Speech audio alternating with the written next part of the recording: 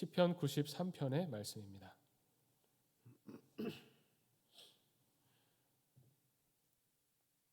시편 93편 1절부터 5절까지 봉독하겠습니다. 여호와께서 다스리시니 스스로 권위를 입으셨도다.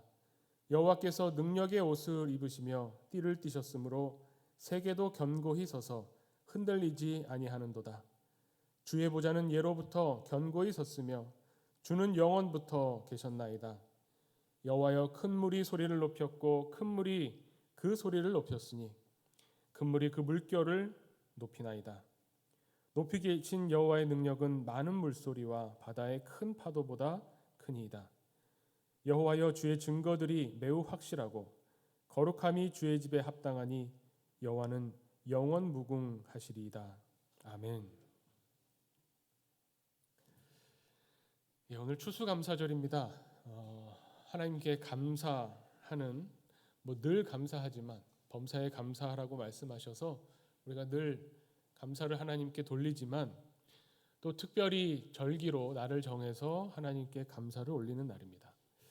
이 감사를 올리는 날에 성서 일과를 따라서 성경을 읽다 보니 우리 시편 93편의 말씀도 나오고 그리고 요한계시록 1장의 부분도 나옵니다. 그 내용들은 보면 하나님이 어떤 분이신가라고 하는 것을 우리에게 말씀해 주고 있습니다. 예를 들어서 요한계시록에 나오는 오늘 성서일과 본문도 보면 주는 어떤 분이냐? 알파와 오메가가 되신다. 처음이요 마지막이다 라고 말씀합니다. 그리고 오늘 말씀도 하나님께서 다스리시며 스스로 권위를 입으셨다라고 표현하는데 이것은 뭐냐면 하나님을 경험하고 하나님을 표현하는데 하나님이 어떤 분이신가라고 할 때 이 시편을 쓸 당시 시편을 쓴 사람이 어떻게 보면 우리가 볼 때는 고대인이죠. 고대인이 생각하는 가장 큰 강력하고 힘있고 권위 있었던 그런 모습을 시로 묘사하는 겁니다. 하나님은 우리의 생각, 우리의 상상을 넘어서는 분이죠. 우리는 막연히 그냥 하나님이 얼마나 대단하신가라고 추측하는 것이지만 거기에 대해서 시편에서 표현하는 것을 보면 정말 세상에서 가장 강력하고 권위 있는 모습을 표현하는 시였기 때문에 이 93편이 이런 시를 모아서 보통 분류할 때 뭐라고 하냐면 시편의 대관식 시편이라고 표현합니다. 이 대관식 시편이라는 게 뭐냐면 당시 고대인이 볼 때 가장 큰 행사, 가장 권위 있고 강력한 행사가 뭐냐면 왕이 되는 겁니다. 대관식이라는 것은 왕으로 세워지는 것을 말하는 거죠. 그러니까 그 예식이 얼마나 화려하고 영향력 있고 크겠습니까?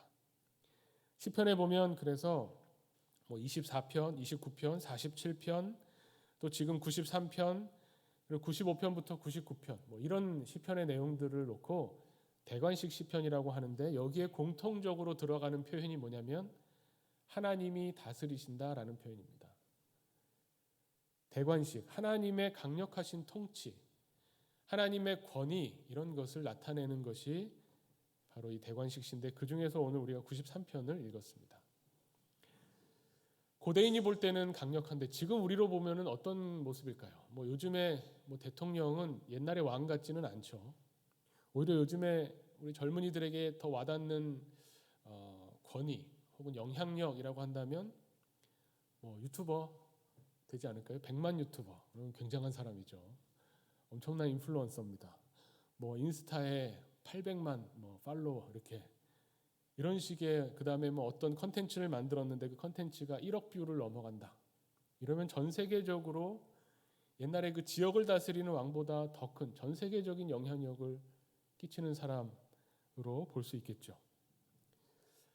여기에다가 고대인이 생각할 때 왕은 지금보다 또 더한 면도 있습니다. 뭐냐면 왕이 되면 왕 밑에서 다스림을 받는 사람들의 생사 여탈권을 쥐는 겁니다.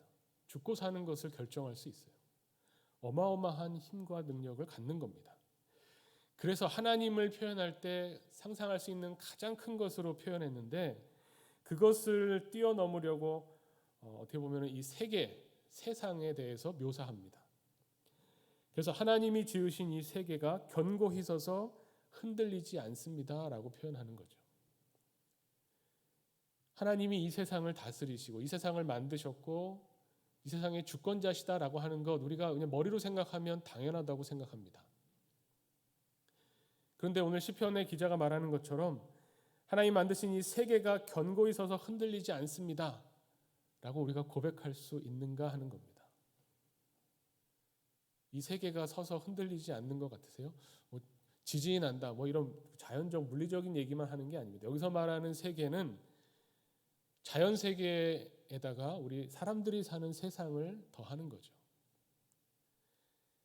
이 세상에 그래서 권세자들, 힘 있다고 하는 사람들, 다른 사람들을 다스리고 지배하는 그 많은 일들 가운데 우리는 불합리하고 불의하고 악한 것들을 보게 됩니다.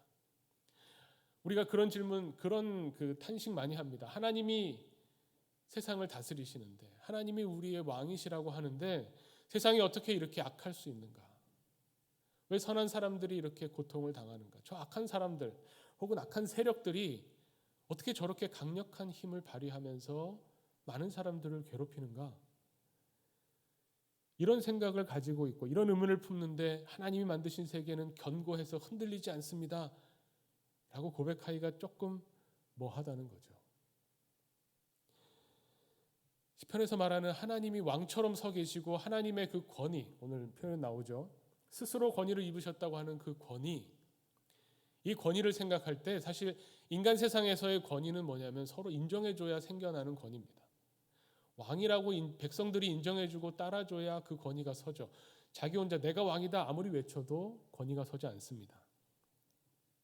그렇게 보면 이 세상이 움직여지는 어떤 이런 큰 소리들, 서로의 갈등과 욕망이 부딪히면서 일어나게 되는 세력과 세력 간의 다툼, 이 큰 소리들, 이 소리들을 보면 세상이 너무 시끄럽고 흔들리는 것 같습니다. 오늘 본문에도 3절부터 보면 여호와여 큰 물이 소리를 높였고 큰 물이 그 소리를 높였고 큰 물이 그 물결을 높이나이다.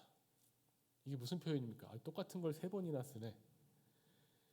이 바다를 보면서 표현한 걸 수도 있지만 이 자연계의 바다만이 아니라 우리가 살아가는 이 세상에서 큰 소리 나는 일들이 얼마나 많은가 하는 것을 보여주는 거죠.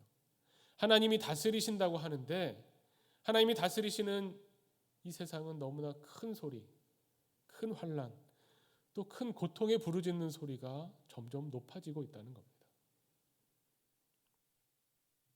하나님이 다스리신다고 하는 것, 하나님의 권위라고 하는 것을 우리가 정말로 인정한다면 하나님 다스리시는 세상에 대해서 우리는 다른 눈으로 봐야 하고 볼 수밖에 없을 겁니다. 그런데 우리의 모습은 뭐냐면 하나님이 세우신 이 세상이 견고하고 흔들리지 않는다는 눈으로 보기보다는 이 큰 소리가 나는 이 세상, 큰 물소리가 나서 어지럽고 환난 가운데 있는 것 같은 복잡한 이 세상을 보면서 하나님의 권위는 과연 어디 있을까? 하나님의 다스리심은 어디 있는가? 자꾸 질문하게 된다는 겁니다. 우리가 하나님에 대해서 인식하는 것, 우리가 오늘 하나님이 어떤 분인가를 제대로 알아야 감사할 수 있고 우리의 감사의 근거와 이유를 생각해 볼 수 있는데 그냥 입에서 나오는 감사합니다, 감사합니다 하는 것이 아니라 정말 하나님이 어떤 분인가, 나에게 하나님은 어떤 존재이신가를 절실하게 체험하지 않으면 나오지 않는 감사, 그런 감사를 우리는 하고 싶은 거죠. 보통 사람이 우리들이 하나님을 생각할 때 우리 존재를 빗대어서 하나님을 보게 됩니다. 인간의 한계죠. 인간 존재를 통해서 하나님이 어떤 분이신가를 먼저 찾고 보게 되는 겁니다. 기독교만이 아니죠. 보통 우리 그리스 신화 하면 어떤 생각 나세요? 그리스 신화에 나오는 신들은 인간들하고 되게 비슷한 모습이죠. 계급도 있고 높은 제우스라고 하는 인간으로 말하면 왕 같은 신도 있고 밑에 하급 신들도 있고 조수나 보조 역할하는 신들도 있고 각자의 재능은 있지만 또 그 안에서 서로 질투하고 또 인간들에게 경배받기를 원하고 그런 모습들의 신들의 이야기가 담겨 있습니다. 그거는 뭐냐면 우리 인간의 모습에 비추어서 신들을 상상하는 겁니다. 근데 그리스 신화가 그래서 우리보다 기독교보다 못하다라고 할 수 없는 게 결국 우리도 우리 존재에 비춰서 하나님을 바라보게 되는 거죠. 나쁘다는 게 아닙니다. 우리의 한계가 그렇다는 겁니다. 우리는 우리의 존재, 내 경험, 내 삶 속에서 하나님이 어떤 분이신가를 만나고 체험하게 됩니다. 그런데 이것으로만 그친다면 하나님이 얼마나 좁고 작은 분이 되겠습니까? 오늘 하나님의 대관식에 관한 시편의 말씀, 온 세상을 다스리시고 온 우주의 창조자가 되시며 권위를 가지고 세상을 다스리시는 하나님을 상상할 수 없고 그냥 내 삶에서 내 코앞에 닥친 문제에 같이 전전긍긍하는 하나님밖에 우리는 못 만난다면 얼마나 안타깝겠습니까? 이것을 넓혀야죠. 내 존재로 보는 하나님보다 훨씬 크신 하나님을 어떻게 만날 수 있을까? 그렇게 생각한다면 우리에게 그래서 이 공동체가 너무나 소중한 겁니다.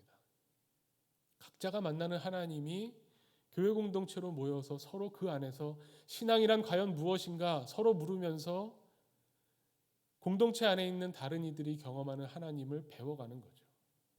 그러면 내 존재, 내 경험 안에서 만나게 되는 하나님보다 큰 하나님을 서로 배워갈 수 있습니다. 신앙이라는 게 처음에는 그런 한계가 존재하는 겁니다. 내가 보는 하나님밖에 못 보죠. 그것을 어떻게 표현할까? 사람마다 신앙의 모양이 다르다. 저는 그렇게 표현했었습니다. 사람마다 신앙의 색깔이 다르다. 근데 제가 전에 어떤 이제 젊은 그룹과 성경 공부를 하다가 이 표현을 썼다가 아주 곤란해졌습니다. 한 분이 거기에 대해서 이의를 제기하시는 거예요. 무슨 소리냐? 신앙의 색깔이 다르다니. 말도 안 되는 소리다. 기독교의 제대로 된 하나님이 원하시는 신앙은 딱 하나다.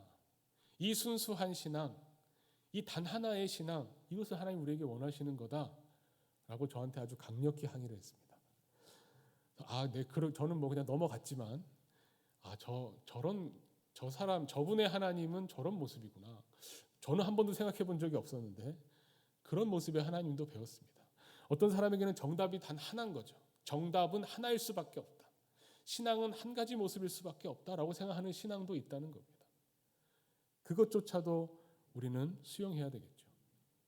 서로가 서로의 하나님에 대한 체험이 이렇게 나누어질 때 어떤 모습이 되겠습니까? 큰 그림에 하나님이 뭐 액자 안에 들어가실 수 없겠지만 큰 그림을 본다면 저는 하나님의 모습을 우리가 모자이크처럼은 알 수 있지 않을까 생각해 봅니다.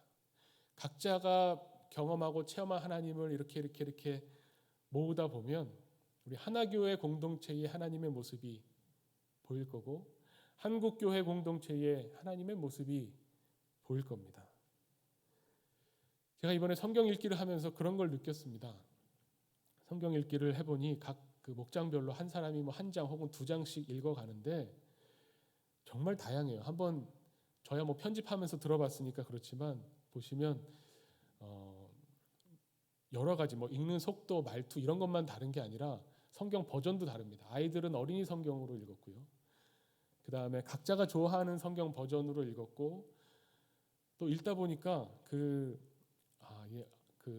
읽는 거를 통해서 약간 성격도 드러납니다.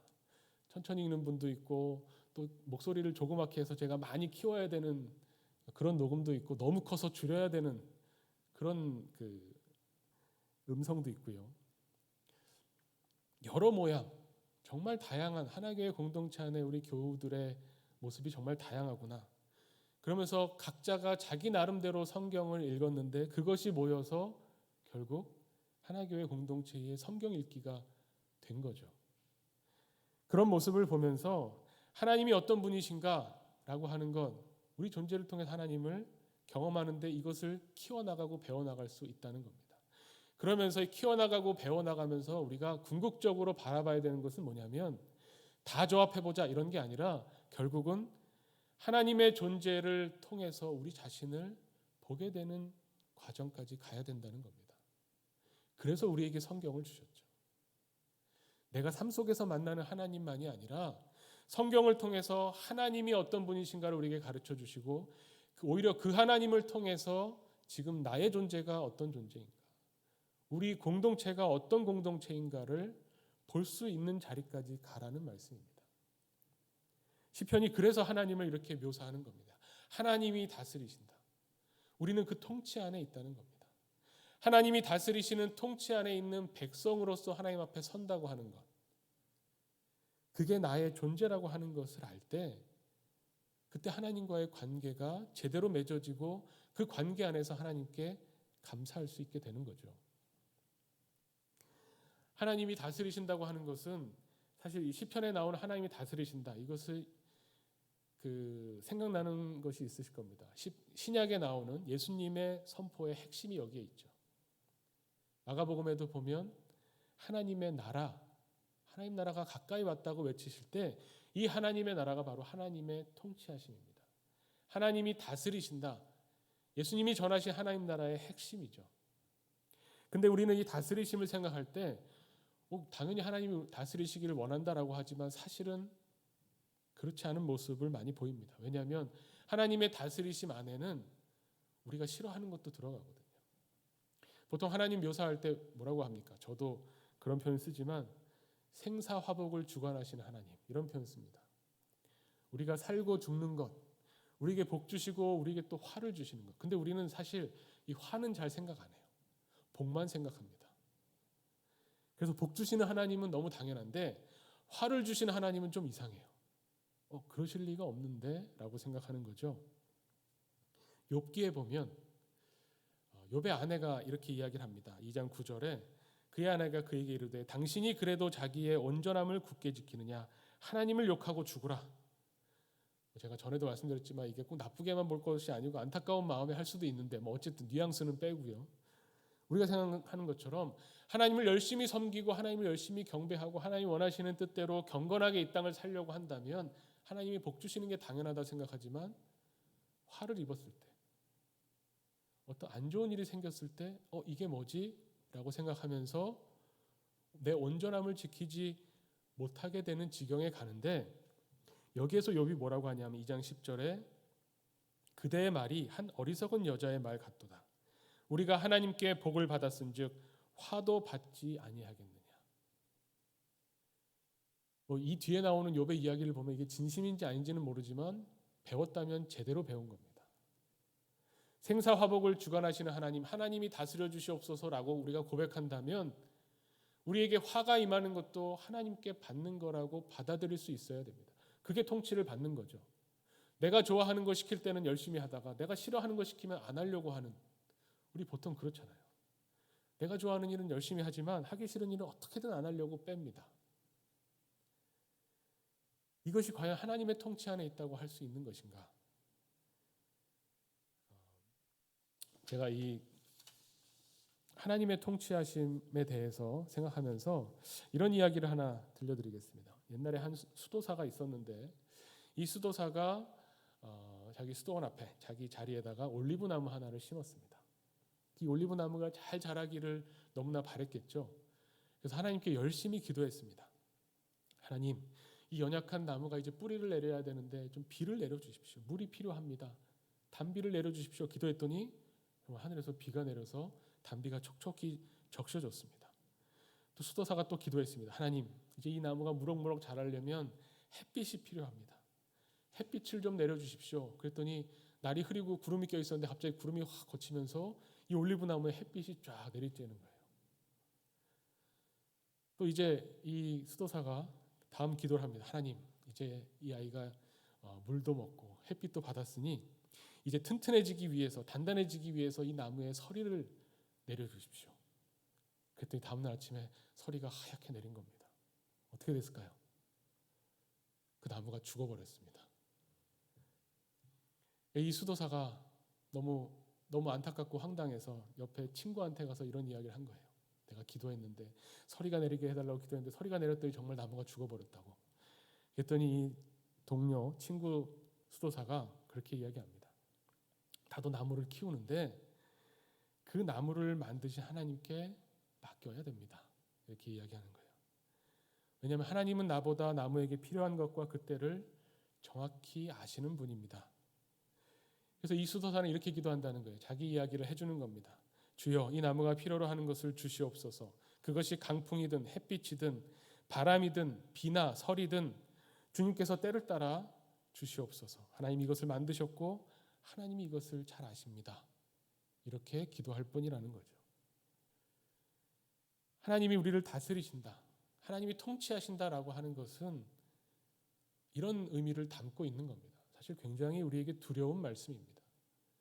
하나님께 복받을 것만 기대하고 좋은 것만 생각하지만 하나님이 주시는 것은 무엇이든지 받겠다는 태도를 가지고 있어야 된다는 겁니다. 그것이 바로 감사죠. 이 나무가 올리브 나무가 꽃을 피고 열매를 맺기를 기대했던 것처럼 사실 우리 신앙생활에 있어서 우리가 하나님을 믿습니다라고 할 때 신앙생활의 꽃이 무엇일까? 많은 사람들이 신앙생활의 꽃이 감사라고 이야기합니다. 신앙생활의 꽃은 감사다. 굉장히 의미심장한 말이죠. 근데 이 꽃이 그냥 피는 게 아닙니다. 우리가 신앙생활을 하면서 감사가 저절로 나오는 게 아닙니다. 처음 믿고 어린아이같이 순수할 때는 그냥 하나님 믿는 것 자체가 좋기 때문에 다 감사한 것으로 보이지만 조금 시간이 지나면서 복도 오지만 화도 온다는 것을 알게 되고 그 화 때문에 겪는 고난과 고통을 겪고 나면서 그 과정을 거치고 난 다음에 피는 꽃, 새싹에서부터 자라고 커지고 몽우리를 맺고 결국은 봉우리를 맺어서 꽃이 활짝 필 때까지의 그 과정, 그 모든 신앙의 과정을 거쳤을 때 나오는 감사가 제대로 피어나는 꽃이라고 볼 수 있겠죠. 이 꽃을 피워내는 일은 쉬운 일이 아닐 겁니다. 이런 이야기 하나만 더 드리겠습니다. 오늘 아침에 받은 이야기인데요. 이 잡초에 관한 이야기입니다. 어떤 농부가 이제 자기 농부라고 할 필요가 있나 모르겠네요. 정원사라고 하죠. 자기 정원에 이제 많은 꽃을 피우는 이제 꽃나무들이 있죠.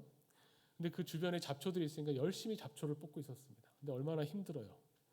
이 잡초가 하도 많으니까 잡초를 막 뽑으면서 허리 굽혀서 잡초를 뽑으면서 너무 힘드니까 불평을 늘어놓습니다. 이 성가신 잡초만 없으면 이 정원이 훨씬 더 아름다워졌을 텐데, 더 깨끗해질 텐데 하면서 불평을 하고 잡초를 뽑아서 한쪽에 막 모아놨다는 거죠.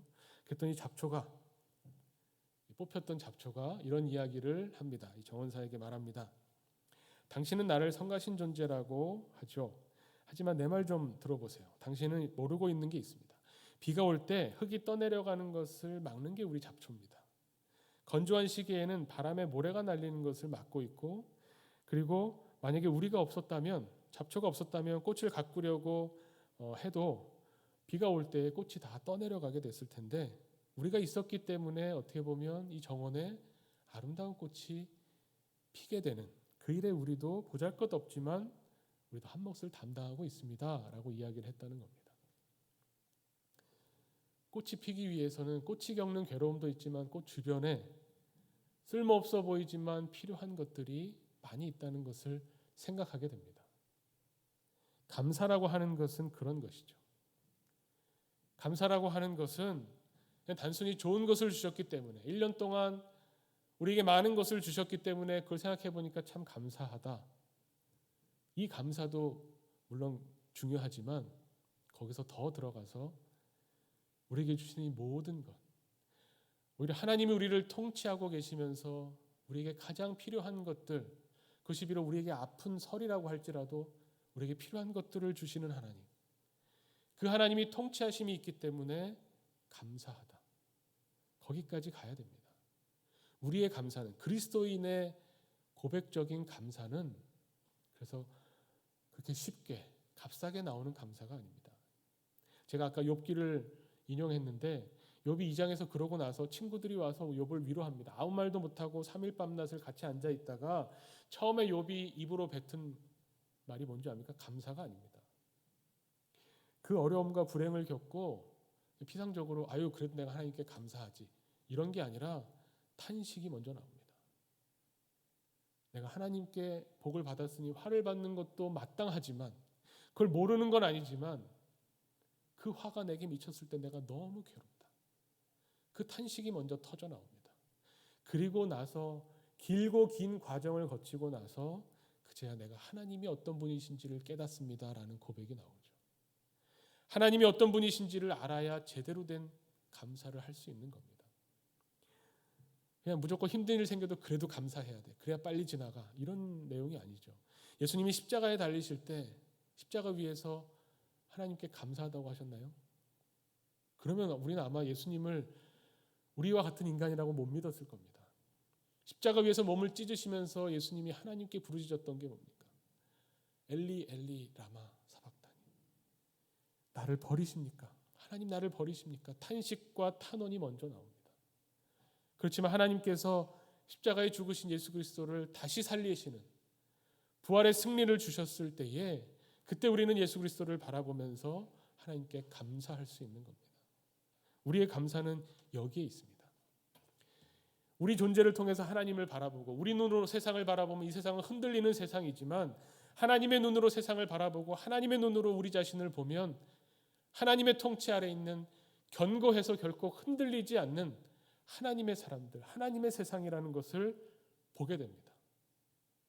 오늘 93편의 마지막 부분에 보면 5절 말씀 보면요.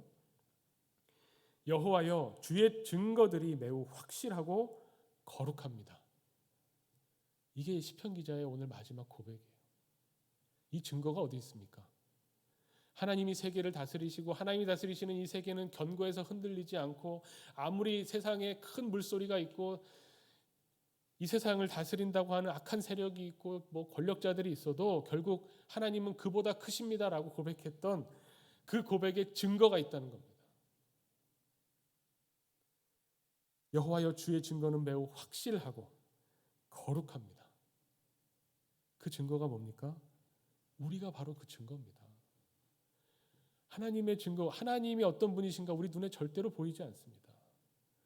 우리의 언어로 규정되지 않고 우리의 상상 속에 갇히시지 않는 하나님이 이 세상에서 확실한 증거로 설 수 있는 것은 하나님의 사람들이 있다는 말입니다.